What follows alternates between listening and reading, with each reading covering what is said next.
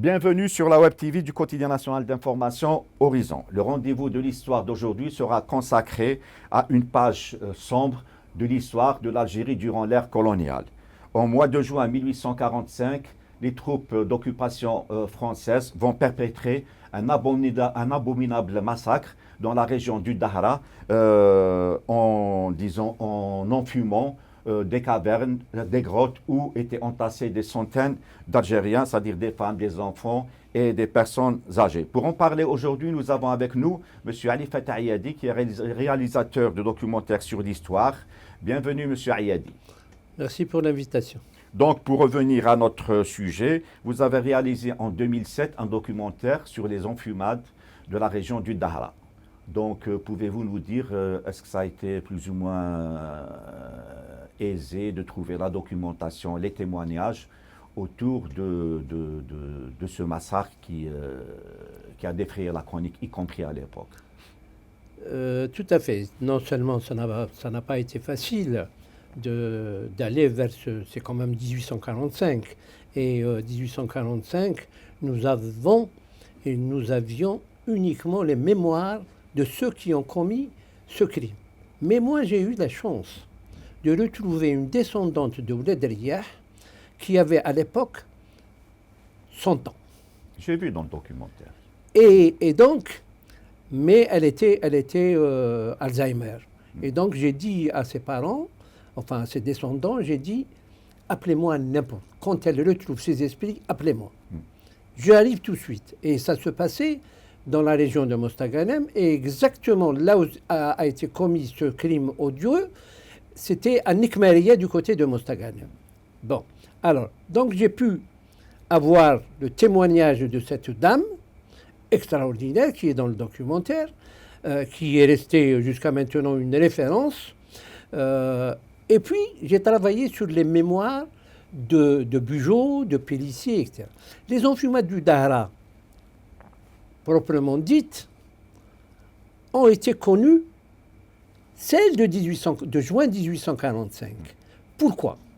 Parce que à cette époque-là, on a su, dans la Chambre des Pairs, c'est-à-dire l'Assemblée d'aujourd'hui, il y avait Bugeaud qui était là, et il défendait Pélissier. Qui était Pélissier?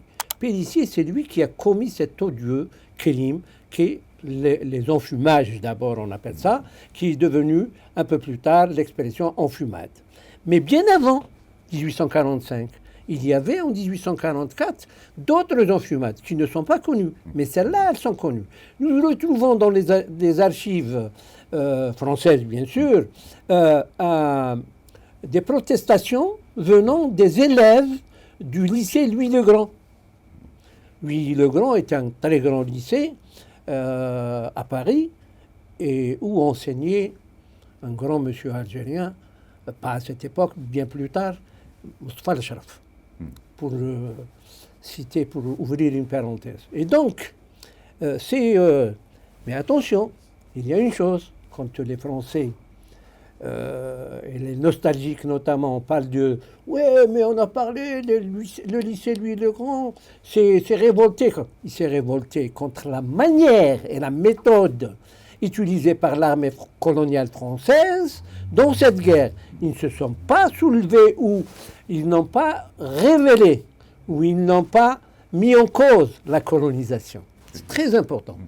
Très important. Pour revenir et pour expliquer un peu à ceux qui nous suivent, donc les enfumades, à l'époque, c'était des centaines de villageois fuyant l'armée française et se réfugient dans des grottes.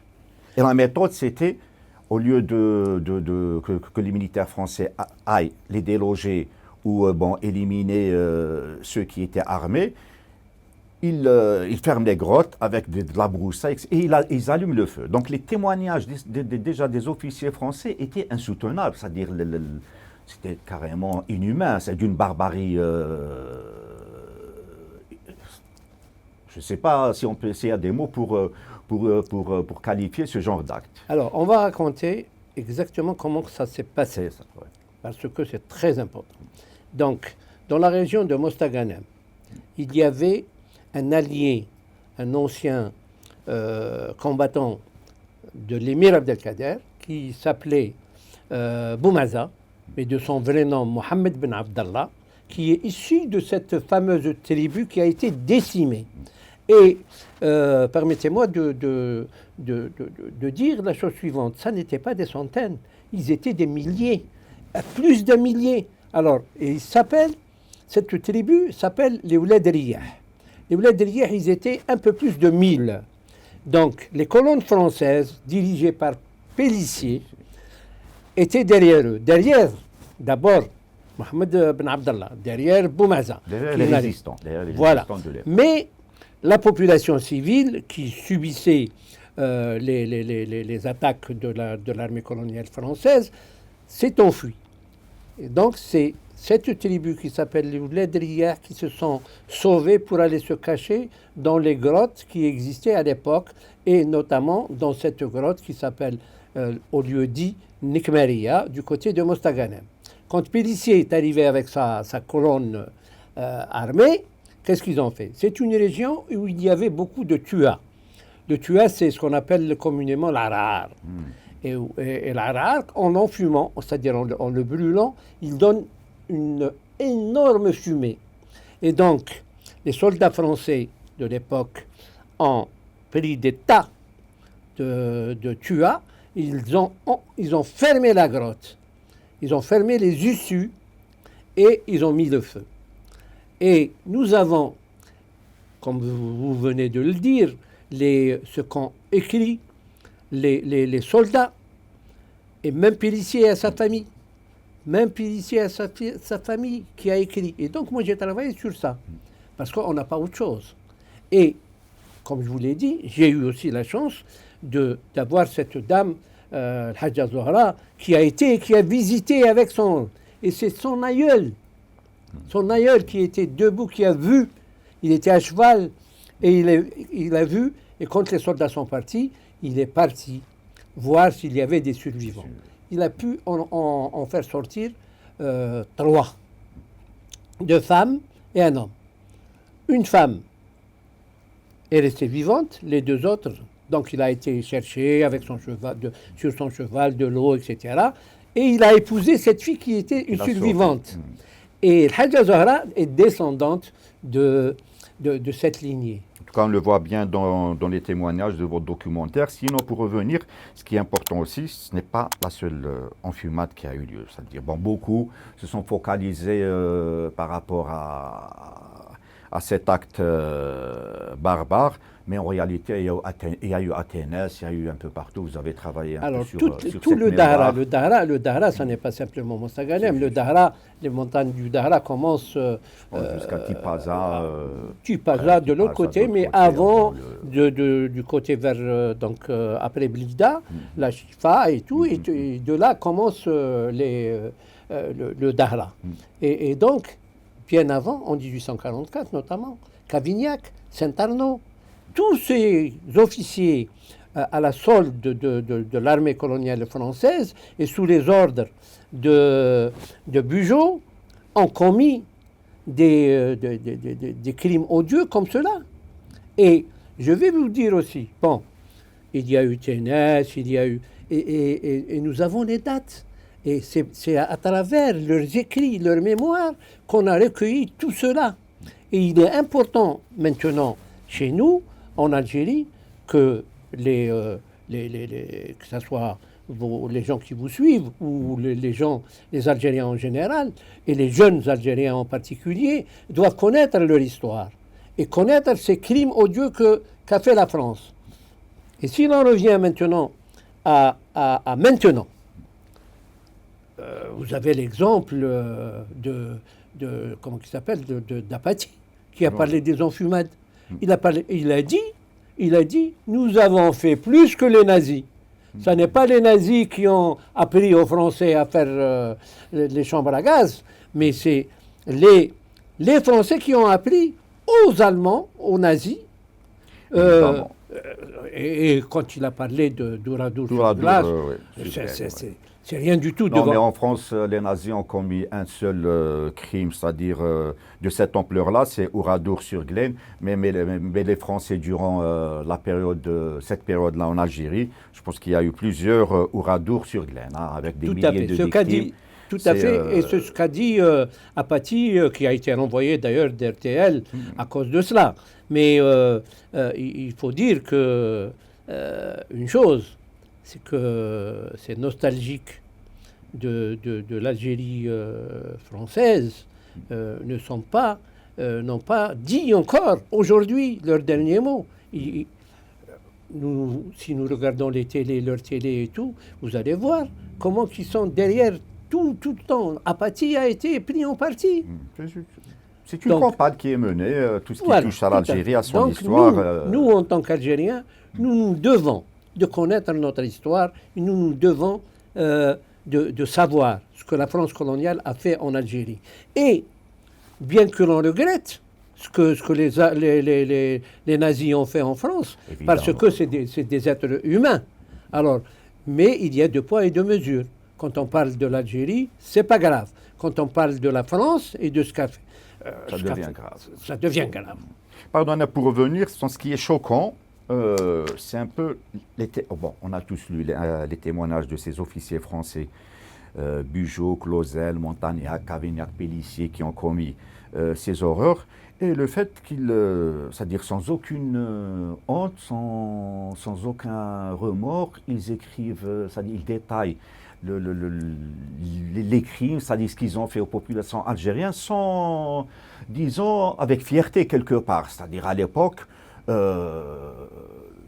même en France, ça ne gênait personne d'écouter de telles horreurs, c'est-à-dire commises en Algérie. Pour apporter de l'eau à votre moulin, je vais vous citer ce qu'avait dit, ce qu'avait écrit plutôt Saint-Arnaud à son frère. Il lui a dit la chose suivante. Il lui a dit, j'étais en campagne, etc., et j'ai trouvé 500 Arabes qui se sont cachés dans une grotte. Je n'ai pas été par 4 chemins. J'ai bloqué l'entrée de la grotte et j'ai pétaradé. Alors, pétaradé, c'est dans son écrit. Hein. Dans son écrit. Il y a plein de témoignages dans il ce dit sens. là-dessus, et bien sûr, les 500, ça c'est l'œuvre de Saint-Arnaud. 500 personnes qu'il appelle 500 Arabes sont ici sous mes pieds et personne ne sait que c'est moi qui les ai, qui leur ai enlevé la vie. Et comme ça, ils ne vont pas égorger les têtes des Français, etc. Et il lui dit encore la chose suivante, il lui dit, j'estime que j'ai fait mon devoir. Tuer 500 personnes est un devoir? C'est une question à cogiter. Déjà, ça dit que beaucoup d'interrogations autour de ces crimes. On sait qu'en 1845, l'émir Abdelkader avait continué son combat, c'est-à-dire quelque part, l'émir Abdelkader a pu résister pendant 15 ans. Mais peut-on dire que l'armée française, coloniale française de l'époque, n'avait pas d'autre choix que de massacrer les populations pour, disons, mettre un terme à cette révolte de l'émir Abdelkader? Alors, l'émir Abdelkader, qui a combattu en fait 17 ans. 17 ans, ça a duré, c'est-à-dire vraiment ça a été duré même 17 ans. pénible Alors, pour l'armée 2 ans, française. vous avez raison, 2 ans avec son père, donc de 1830 à 1832 avec son père, et à partir de quand son père est mort, c'est lui qui a pris en charge la résistance, donc 15 ans après. En tout, il a fait 17 ans. 17 ans de lutte contre... Et l'émir Abdelkader ne s'est pas rendu, comme on le dit. C'était un chef d'État. La France elle-même, la France coloniale elle-même, lui a reconnu quand elle a traité avec lui. Il y a le traité de la Tafna, le traité avec Clausel, etc. Donc c'était un chef d'État. Ce n'est pas une reddition. Il a vu il a vu, j'estime, hein, et de tous les témoignages, parce que j'ai réalisé aussi 5 documentaires sur l'histoire, la vie de l'émir Abdelkader et sa lutte contre le colonialisme français. À la fin, en 1847, je n'appelle pas ça une reddition, et beaucoup d'historiens sont d'accord avec moi, ça n'était pas une reddition, c'était un accord. C'était un accord entre la France coloniale, le fils du roi, Lamoricière qui était à Ghazouat présent, et le fils du roi, et il avait la parole parce qu'il voyait, que aller vers affronter la France c'était un suicide. Et le suicide en islam est interdit, comme vous le savez. Et donc, c'est un accord. C'est un accord.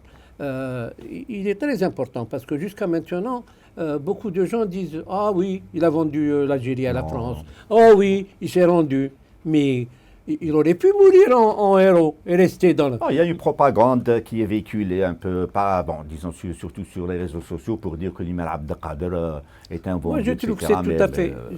Mais mener un combat pendant 17 ans à la France de l'époque... Permettez-moi de vous dire une chose. J'ai interviewé Étienne Bruno, qui est un spécialiste de l'émir Abdelkader. Il a dit une chose. Il m'a dit une chose. Il m'a dit, il m'est arrivé de faire des conférences sur l'émir Abdelkader. Et il y a des jeunes et des moins jeunes qui me disent « Ouais, l'émir Abdelkader, mais c'est un traître. » Il faut leur donner des gifles à ces gens-là.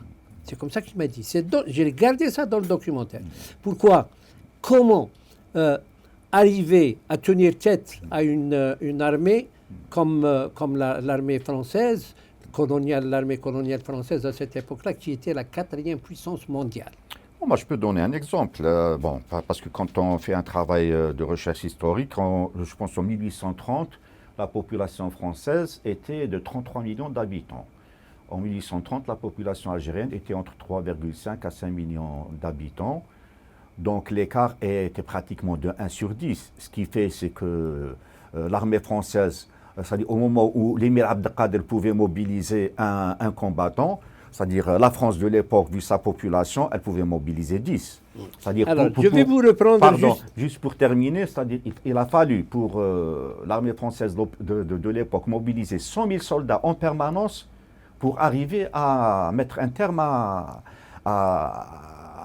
la résistance de l'émir Abdelkader. Donc il y avait un déséquilibre important des forces, que ce soit en termes humains ou en matériel. C'est clair que ce n'était pas équilibré. Tout à fait. Et on allait à la guerre après avoir terminé les moissons, après avoir labouré. Donc c'était des combattants, mais c'était aussi des cultivateurs, c'était des hommes de la terre. Ça, c'est important. Pas des soldats réguliers, c'était des résistants. Et là, intervient l'émir Abdelkader pour former une véritable armée avec des grades, qui sont payés, tout. Il a inventé sa monnaie, sa propre monnaie, etc. Et là, je pense qu'il y a eu, c'est Bugeaud qui, déjà concernant ce point-là, qui a dit qu'il faut les affamer, c'est-à-dire il faut brûler les récoltes, les réserves, etc. Il faut non pas affamer seulement l'armée de l'émir, mais affamer toutes les populations. C'est pour ça que tout à l'heure, quand nous avons parlé de ce point, c'est-à-dire pour affaiblir l'émir, il fallait s'attaquer aux populations. C'est-à-dire les enfumades, les massacres, les razzias, etc. C'était fait pour l'affaiblissement d'où l'appellation, la politique de la terre brûlée. Voilà, et ça vient de Bugeaud. Ça vient de Bugeaud. Et qu'il a défendu bec et ongle à la Chambre des Pairs.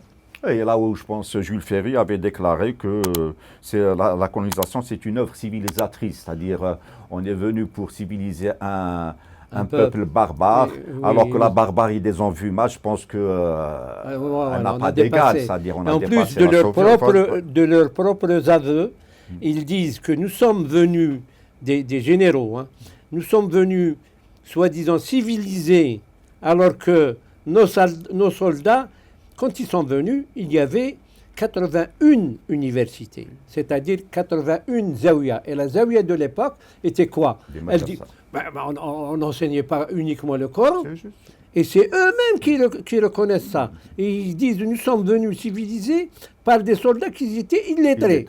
alors que les populations algériennes étaient d'elle. Mais laissez-moi vous dire aussi qu'en France, on ne se lavait pas. Et ici, en Algérie, quand ils sont arrivés, il y avait des hammams, il y avait des... Alors qu'eux, c'était quand... ils ne se lavaient pas du tout. Alors, c'est pas la peine qu'on nous donne des leçons de morale. Eh ben, bon, pour revenir, évidemment, c'est-à-dire la préservation de la mémoire et surtout, s'adresser à nos jeunes. C'est un peu pour contrecarrer cette propagande et ce révisionnisme concernant l'émir Abdelkader, y compris pour toute notre histoire. Il y a vraiment un travail important à faire. Et là, bon, avant de vous donner la parole de la fin, et en cette occasion, moi, je rends hommage à un de nos confrères et qui est aussi universitaire à Mostaganem, M. Aziz Mouatz, qui a mené un important travail de préservation, disons, le site témoin de l'enfumade de la tribu des Oulad Riyah, à Mostaganem. Il a fait vraiment un travail colossal concernant la préservation de cette mémoire. Tout à fait, je m'associe à vous pour lui rendre hommage aussi, parce que quand j'ai été tourné, on ne pouvait pas accéder au site à l'intérieur de... mais à partir du moment où l'université de Mostaganem s'est intéressée à cette histoire-là, beaucoup d'enseignants de l'université de Mostaganem, à qui il faut aussi rendre hommage, ont fait que maintenant on peut accéder à une partie et c'est un lieu de mémoire important. Et donc il faut les remercier pour ça. Merci beaucoup, M. Fatah Yadi. Donc, merci à ceux qui nous suivent. Et nous revenons avec une deuxième partie concernant toujours les massacres commis par la France coloniale durant la période de 1830 à 1962.